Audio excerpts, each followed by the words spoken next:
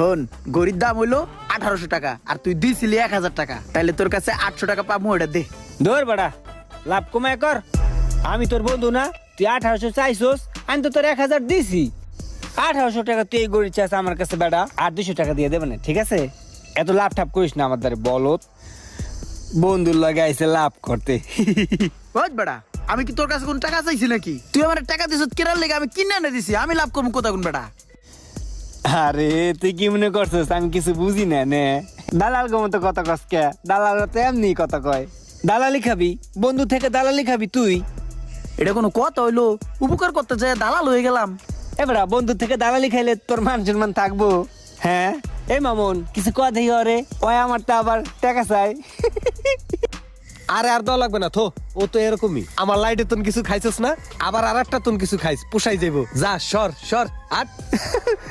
এবারে দাঁড়া দেখি।